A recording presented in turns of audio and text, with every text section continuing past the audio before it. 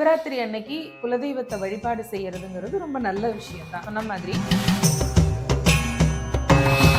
இந்த நேரத்துல இன்னும் ஒரு புரிதலை நான் சொல்லணும்னு நினைக்கிறேன். ஒவ்வொரு சுவாமியும் ஒவ்வொரு விதமான அம்சம். இவங்க யாருமே சிவன் அம்சம்னு சொல்லக்கூடாது. இவங்க எல்லாரும்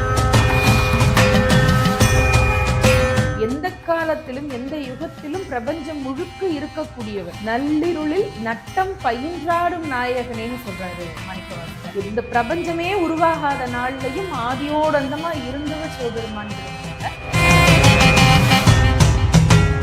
சிவராத்திரி அன்னைக்கு இப்ப நீங்க சொன்ன மாதிரி திருவண்ணாமலை தான் போயாகணும், திருவண்ணாமலை தான் போயாகணும், நான் இங்க போய் இவ்வளோ 1000 அடி ஏறிட்டு வந்தேன், இத்தனை அடி சுத்திட்டு வந்தேன், முடிஞ்சா போகலாம், அது வேற. ஆனால்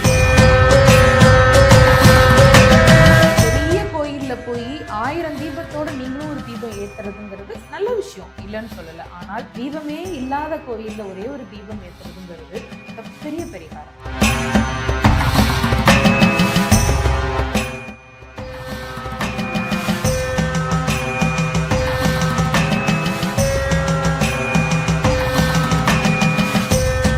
ஸ்ரீ வாராய் டிவி நேயர்கள் அனைவருக்கும் வணக்கம். நான் உங்க ஜித்து. இன்னைக்கு என் கூட ஒரு ஸ்பெஷலான ஒரு கெஸ்ட் இருக்காங்க. ஆன்மீக சொற்பொழிவாளர் புதுகை மாருதி மேம் தான் இருக்காங்க. வணக்கம். வணக்கம். எப்படி இருக்கீங்க? நல்லா இருக்கேன். நீங்க எப்படி இருக்கீங்க? சூப்பரா இருக்கு மேம். சிவராத்திரி பத்தியும் எப்படி வழிபடுன்றத பத்தி அழகான ஒரு புரிதல் கொடுத்திருந்தீங்க. அது கூடவே எனக்கு இன்னொரு சந்தேகம் வந்தது மேம். இப்ப சிவராத்திரி அன்னைக்கு நம்ம சிவனை வழிபடுவோம், அது எல்லாருக்கும் தெரிஞ்சது. நான் கிராமப்புறத்துல இருந்தனால அவங்கவுங்க குலதெய்வத்துக்கு வழிபாடு எல்லாம் பண்ணுவாங்க. சிவராத்திரிக்கும் குலதெய்வத்துக்கும் என்ன சம்பந்தம் இருக்குன்னு சொல்லலாமா? நல்லா. சிவராத்திரி அன்னைக்கு சிவபெருமானை மட்டும் வழிபாடு செய்யணுங்கிறது இல்ல. நீங்க சொன்ன மாதிரி கிராமப்புறங்கள்ல குலதெய்வ வழிபாடும் நிறைய செய்யறது. பொதுவா குலதெய்வ வழிபாடு அப்படிங்கிறது பௌர்ணமியில செய்வோம் நம்ம வருடம் முழுவதும், மற்ற நாட்கள்ல எல்லாம். ஆனால் கிராம தேவதைகள்ல சிவராத்திரி அன்னைக்கு வழிபாடு செய்யக்கூடிய தெய்வங்கள் நிறைய இருக்கு. பொதுவா இப்ப பாத்தீங்கன்னா மூங்கிலணை காமாட்சி அம்மன் கோவில்னு ஒண்ணு இருக்கு மதுரை பக்கத்துல. அந்த கோவில்ல எல்லாம் ரொம்ப சிறப்பா இருக்கும் அந்த வழிபாடு. அது மாதிரி சிவராத்திரி அன்னைக்கு இப்ப கொங்கு மண்டலத்துல அன்னமார் கோவில்னு சொல்லுவாங்க இல்லையா, அந்த அன்னமார் கோவில் எல்லாம் மகா சிவராத்திரியை தான் ஒட்டிதான், அன்னைக்கும் அதுக்கு அடுத்த நாளும் தான் அவங்க குலதெய்வ வழிபாடு செய்யறாங்க. நான் சமீபத்துல போன அல்லது நான் கேள்விப்பட்டேன், ரெண்டுமே அந்த மாதிரி செய்யற திருக்கோவில்கள் உண்டு. சிவராத்திரி அன்னைக்கு குலதெய்வத்தை வழிபாடு செய்யறதுங்கிறது ரொம்ப நல்ல விஷயம்தான். நான் சொன்ன மாதிரி பௌர்ணமிகள் நாட்கள்ல நமக்கு கிடைக்கக்கூடிய அதிர்வலைகள் நல்லா இருக்கும். அதை விட சிவராத்திரி அன்னைக்கும் அந்த மாதிரியான நல்ல அதிர்வலைகள் கிடைக்கும். அந்தந்த தெய்வத்திற்குன்னு ஒரு சாநித்தியம் இருக்கு, ஒரு வழிபாட்டு முறை இருக்கு இல்லையா. சில தெய்வங்கள் பௌர்ணமி நாள்ல நமக்கு பிரத்யட்சமாகும், சில தெய்வங்கள் அமாவாசையில பிரத்யட்சமாகும். அதை பொறுத்து தான். அதனால இப்போ 2 விஷயம் வச்சுக்கோங்களேன். பௌர்ணமியில நம்ம உணர்வுகள் உற்சாகம் மேலிடும். சந்திரன் மனோகாரகன்னு ஜோதிட சாஸ்திரத்துல சொல்லுவாங்க இல்லையா. நம்ம அப்படியே கொஞ்சம் எனர்ஜெட்டிக்கா, பவர்ஃபுல்லா, மோட்டிவேட்டடா ஃபீல் பண்ணுவோம். அமாவாசையில அது குறைஞ்சிருக்கிற போது கொஞ்சம் குறைவா இருக்கும். ஆனால் அதை நம்ம ஆன்மீகம் எப்படி சொல்லிச்சுன்னா, அந்த குறைவா இருக்கிற நாளுங்கிறத சோர்வாக்காம இறைவனோடு நம்மளுடைய அந்த சிந்தனையை கொண்டு போய் ஐக்கியமாக்குறதுக்கான நாளா நம்ம பெரியவங்க ஆக்கி கொடுத்தாங்க. அதனாலேயே அந்த குலதெய்வ வழிபாடு அன்னைக்கு வந்திருக்கலாம்ங்கிறது என்னுடைய அனுமானம். அதை எந்த திருக்கோவிலுக்கு சிவராத்திரியில பண்ணணுமோ அதை மறக்காம பண்றது ரொம்ப நல்ல விஷயம். அது குலத்துக்கே பெரிய நன்மை தரும். மேம், சிவராத்திரிக்கும் குலதெய்வத்துக்கும் இருக்கிற ஒரு நெருக்கத்தை நீங்க சொல்லிட்டீங்க. இப்போ சிவனுக்கும் குலதெய்வத்துக்கும் இருக்கிற நெருக்கத்தை பத்தி பேசலாமா? ஒரு சில பேர்லாம் பாத்தீங்கன்னா சிவனே குலதெய்வமா வழிபடுறாங்க, அது எப்படி மேம்? அது ஆமா, எப்படி சொல்றதுன்னா, சிவபெருமான் எல்லாருடைய குலத்திற்கும் தெய்வம், அவர் பரம்பொருள் உண்மை. ஆனால் நம்முடைய குல தெய்வங்கள்னு இருக்காங்க இல்லையா, ஒரு கருப்பணசாமி, ஒரு முனீஸ்வரர், ஒரு பேச்சியம்மாள், ஒரு ஐயனார், இப்படி அவங்கவுங்க தெய்வங்கள் இருக்காங்க இல்லையா. இவங்களுடைய பூர்வீகத்தை எல்லாம் நீங்க யோசிச்சு பாத்தீங்கன்னா, அவங்க அந்த குலத்திற்கு ஒரு சில 100 தலைமுறைக்கு முன்னாடி ஏதோ ஒரு ஆபத்துல இருந்து காப்பாத்திருப்பாங்க. நிச்சயமா அவங்க தன்னைய தியாகம் பண்ணதுனால அவங்க குல தெய்வங்கள். இந்த நேரத்துல இன்னொரு ஒரு புரிதலை நான் சொல்லணும்னு நினைக்கிறேன். ஒவ்வொரு சுவாமியும் ஒவ்வொரு விதமான அம்சம். இவங்க யாருமே சிவன் அம்சம்னு சொல்லக்கூடாது. இவங்க எல்லாரும் சிவகணங்கள். சிவகணங்கள். நீங்க இவங்க எல்லாரும் பரமசிவனுடைய கணங்கள் தவிர சிவ அம்சம்னு சொல்றது இல்ல. இவங்க ஒவ்வொருத்தருக்கும் தனித்தனி அம்சம் உண்டு. உண்மை. தனித்தனி அம்சம் உண்டு. இப்போ எப்படி சொல்லலாமே, இப்போ நம்ம இந்த இருக்கிற ஏரியாவுக்குன்னு ஒரு இன்ஸ்பெக்டர் இருப்பாரு. ஆமாங்க. அந்த இன்ஸ்பெக்டருக்கு தான் இங்க என்ன தேவைன்னாலும் யாருக்கு பாதுகாப்புனாலும் முதல் தகவல் அவருக்கு தான் போகும். நமக்கு என்ன பிரச்சனைனாலும் அவர் தான் முதல்ல ஓடி வருவாரு. ஆனால் அந்த இன்ஸ்பெக்டர் ஒரு ஐஜி இருக்காரு, ஒரு டிஐஜி இருக்காங்க, ஒரு டிஎஸ்பி. டிஜிபி இருக்காங்க அப்படின்னா அவங்களுக்கு அதிகாரத்துக்கு உட்பட்டவங்களா இருப்பாங்க. நிச்சயமா. அது போல இதை நான் புரிஞ்சுக்கிறதுக்காக சொல்றேன் நானு. இதுல கூடுதல் குறைச்சல்ங்கிறதே கிடையாது. நான் மீண்டும் சொல்லுவேன், இதுல சிறு தெய்வம் பெருந்தெய்வம்ங்கிற வேறுபாட்டுக்கே வேறுபாடே இல்ல. இடம் இல்ல. ம். இதுல இவங்க சின்னவங்க அவங்க பெரியவங்க அது இல்ல இங்க.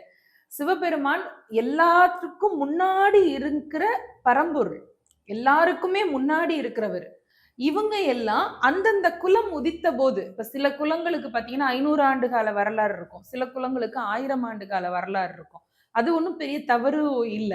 அந்த குலம் தோன்றிய காலத்துல ஒருத்தர் அதுக்குன்னு தியாகம் பண்ணிருப்பார்ல, அதுல இருந்து அவர் அந்த குலத்துக்கு தெய்வமா ஆயிடுறாரு, அவரை நம்ம வழிபாடு செய்யறோம். அது வேற இது வேற. இவங்க எல்லாரும் சிவகணங்கள் அப்படின்னு புரிஞ்சுக்கணும். ம். எல்லாருக்குமான இப்ப இன்னும் கூட அதை தெளிவா சொல்றேனே, நீங்க இப்ப நிலாவுக்கு வெளிச்சம் இருக்கு, நிலவுக்கு ஒளி இல்லாம இல்ல. ஆனா அந்த ஒளி நிலவோட ஒளி கிடையாது, உண்மை. சூரியனோட சூரியன் கிட்ட இருந்து தானே வருது. நிச்சயமா. அது போல இவங்க எல்லாருமே அவங்கவங்க குலத்திற்கான ஒரு நிலவொளி மாதிரி. இவங்களுக்கு வந்து மூல பரம்பொருள் அப்படின்றது சிவபெருமான். ம். இந்த ம். சிவபெருமான் எல்லாவற்றையும் ஆண்டு பரிபாலனம் செய்யக்கூடியவர். ம். எந்த காலத்திலும் எந்த யுகத்திலும் பிரபஞ்சம் முழுக்க இருக்கக்கூடியவர். நள்ளிருளில் நட்டம் பயின்றாடும் நாயகனேன்னு சொல்றாரு மாணிக்கவாசகர். இந்த பிரபஞ்சமே உருவாகாத நாள்லயும் ஆதியோடந்தமா இருந்தவர் சிவபெருமான்ங்கிறதுனால அவர் மூலப்பரம்பொருள். இவங்க எல்லாரும் அந்தந்த குலத்திற்கான தெய்வங்கள், அதிகாரம் உள்ளவர்கள். நீங்க இப்பவும் பாத்தீங்கன்னா குலதெய்வத்துக்கு படையல் வச்சுட்டு தான் சிவபெருமானுக்கோ அல்ல அந்த ஊர்ல உள்ள மற்ற திருக்கோவில் திருவிழாக்களே இங்க படையல் வச்சு பூஜை போட்டுட்டு தான் அங்க ஆரம்பிக்கிறது உண்டு. நிச்சயமா, நிச்சயமா. பல குலங்களுக்கு வந்து சிவபெருமானே தெய்வமாக இருக்கிறார். நீங்க சொன்ன மாதிரி அது வந்து அந்த பாரம்பரியத்திலேயே வந்திருப்பாங்க அவங்க. அவங்க அந்த காலத்துல இருந்தே சிவபெருமான பூஜை பண்ணியிருப்பாங்க. அந்த திருக்கோவில்லையே வந்து கைங்கரியம் பண்ணவங்களா இருப்பாங்க. அல்லது அந்த பரம்பரையில அந்த ஒரே ஒரு பிள்ளை தான் இருக்கு, அந்த ஒத்த பிள்ளை. அதுக்கு ஏதோ ஒரு நோய் நொடி, ஏதோ ஒரு பிரச்சனை அப்படின்னா அதனுடைய உயிரை காப்பாற்றியவரா அந்த சிவபெருமான் இருப்பார். அப்படி இருந்தா அந்த சிவபெருமானையே அவங்க குலதெய்வமா வழிபாடு செய்யறது உண்டு. மேம், இப்ப சிவராத்திரின்னு சொல்லும்போது எல்லாருக்கும் பாத்தீங்கன்னா வெள்ளியங்கிரி மலை ஞாபகம் வரும், பருவதமலை ஞாபகம் வரும், திருவண்ணாமலை ஞாபகம் வரும். இந்த மாதிரி பெரிய பெரிய ஸ்தலங்களுக்கு நம்ம போகணும்னு ஆசைப்படுவோம். சில பேரால போகவே முடியாது, பொருளாதார ரீதியாவோ இல்ல ஏதாவது உடம்பு சரியில்லாம வீட்டுல இருந்திருப்பாங்க. சோ இப்போ நம்மளால போக முடியல அப்படின்னு வருத்தப்பட்டு இருப்பாங்க. இப்போ அவங்களுக்கு என்ன தீர்வா இருக்கும் மேம்?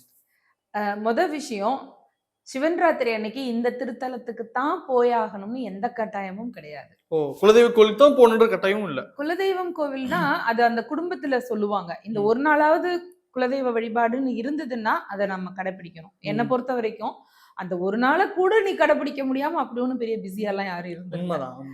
முடிஞ்ச வரைக்கும் பிசிக்கலா போய், ரொம்ப வயது முதிர்ந்துருச்சு, ரொம்ப மூப்பாயிடுச்சு, படுக்கையை விட்டு நகர முடியலங்கிறவங்களுக்கு பிரச்சனை இல்லை. முடிந்த வரைக்கும் நம்ம பயணம் பண்ணி அங்க போகிறதுங்கிறது, அந்த குல வழிபாடு இருக்குன்னா அதுல போய் ஆகணும். அதை நான் மாற்று சொல்லவே மாட்டேன். ஆனால் சிவன் ராத்திரி அன்னைக்கு இப்ப நீங்க சொன்ன மாதிரி திருவண்ணாமலை தான் போயாகணும், பர்வதமலை தான் போயாகணும், நான் வந்து இங்க போய் இவ்வளோ 1000 அடி ஏறிட்டு வந்தேன், இத்தனை அடி சுத்திட்டு வந்தேன், முடிஞ்சா போகலாம், அது வேற. ஆனால் அந்த நாள்ல இந்த இடத்துக்கு தான் போகணுங்கிறத தாண்டி நம்ம வீட்டுக்கு பக்கத்துல ஒரு சின்ன சிவாலயம் அல்லது ஒரு முருகன் கோவிலா கூட இருப்பாரு. நீங்க புண்ணியம் சம்பாதிக்கணும், இறைவனுடைய அருளை பெறணும்னு சொன்னா ஒரு திருக்கோவில் கூட விளக்கெரியாமலே இல்லைன்னு ஆக்கினால்தான் சரியா இருக்கும். நீங்க பெரிய கோயில்ல போய் தீபம் ஏத்துனா மகிழ்ச்சி, சந்தோஷம், வழிபாடு நல்லா செய்றீங்க, ஆசீர்வாதம், இறைவனுடைய அனுகிரகம் எல்லாம் கிடைக்கட்டும். ஆனால் அதை விட பெரிய புண்ணியம் என்னன்னா, ஏதோ ஒரு திருக்கோவில் பாழடைஞ்சு கிடக்கு, குப்பை குளமா இருக்குன்னா அங்க போய் அதை சுத்தம் செஞ்சுட்டு ஒரே ஒரு தீபம், நீங்க பெருசா லட்சக்கணக்கில் செலவு பண்ணி அபிஷேகம் பண்ண முடிஞ்சா பண்ணலாம். ஆனால் முடியாதவர்கள் குறைந்தபட்சம் ஒரே ஒரு குடத்துலயாவது தண்ணீர் எடுத்துட்டு போய் அங்க அபிஷேகம் செய்யறதுக்கு நம்ம உதவி பண்ணலாம். எந்த கோவில் பாழடைஞ்சிருக்கோ அந்த கோவிலை புனரமைப்பதற்கு நம்மால முடிந்த உதவியை, அந்த முயற்சியை செய்யலாம். இது நான் சொல்லல, காஞ்சி மகா பெரியவர் சொன்ன பரிகாரம். நீங்க ஒரு குடும்பத்துல ஒரு கஷ்டம் இருக்கு, ஏதோ ஒரு தோஷம் அப்படின்னு சொல்றாங்கன்னு வச்சுக்கோங்களேன், அது அவங்கவுங்களுடைய குடும்ப ஜோதிடர் சொல்ற பரிகாரம் செய்யறதுங்கிறது தனிப்பட்ட முறையில. பொதுவா எனக்கு தெரிஞ்சதை நான் சொல்றேன். காஞ்சி பெரியவர் சொன்னது, நீங்க பெரிய கோயில்ல போய் 1000 தீபத்தோட நீங்களும் ஒரு தீபம் ஏத்துறதுங்கிறது நல்ல விஷயம், இல்லைன்னு சொல்லல. ஆனால் தீபமே இல்லாத கோயில்ல ஒரே ஒரு தீபம் ஏத்துறதுங்கிறது மிகப்பெரிய பரிகாரம். நிச்சயமா. அது அவர் பெரியவர் சொன்னது. அதனால இதை பார்க்கக்கூடிய நம்ம ஆன்மீக அன்பர்கள், நமக்கு பக்கத்துல எந்த கோவிலுமே பாழடைஞ்சிருக்குன்னு இல்லாத அளவுக்கு அவங்கவங்க பகுதியில இருக்கக்கூடிய திருக்கோவில்களை எடுத்து பண்றது அப்படிங்கறது ஒரு சின்ன ஒரு கைங்கரியமா அல்லது ஒரு மனசுக்குள்ள ஒரு உறுதியா எடுத்துக்கிட்டு, இளைஞர்கள் இருக்காங்க, சின்ன பிள்ளைகள் இருக்காங்கன்னா அவங்கள வாங்க இதை செய்யுங்க அப்படின்னு நம்ம முடிந்தால் எல்லாரையும் சேர்த்து அதுல செய்யறது அப்படிங்கிறது அவசியம் செய்யணும். கண்டிப்பா. ரொம்ப நன்றி மேம். அழகான விளக்கம் கொடுத்ததுக்கு. ரொம்ப நன்றி.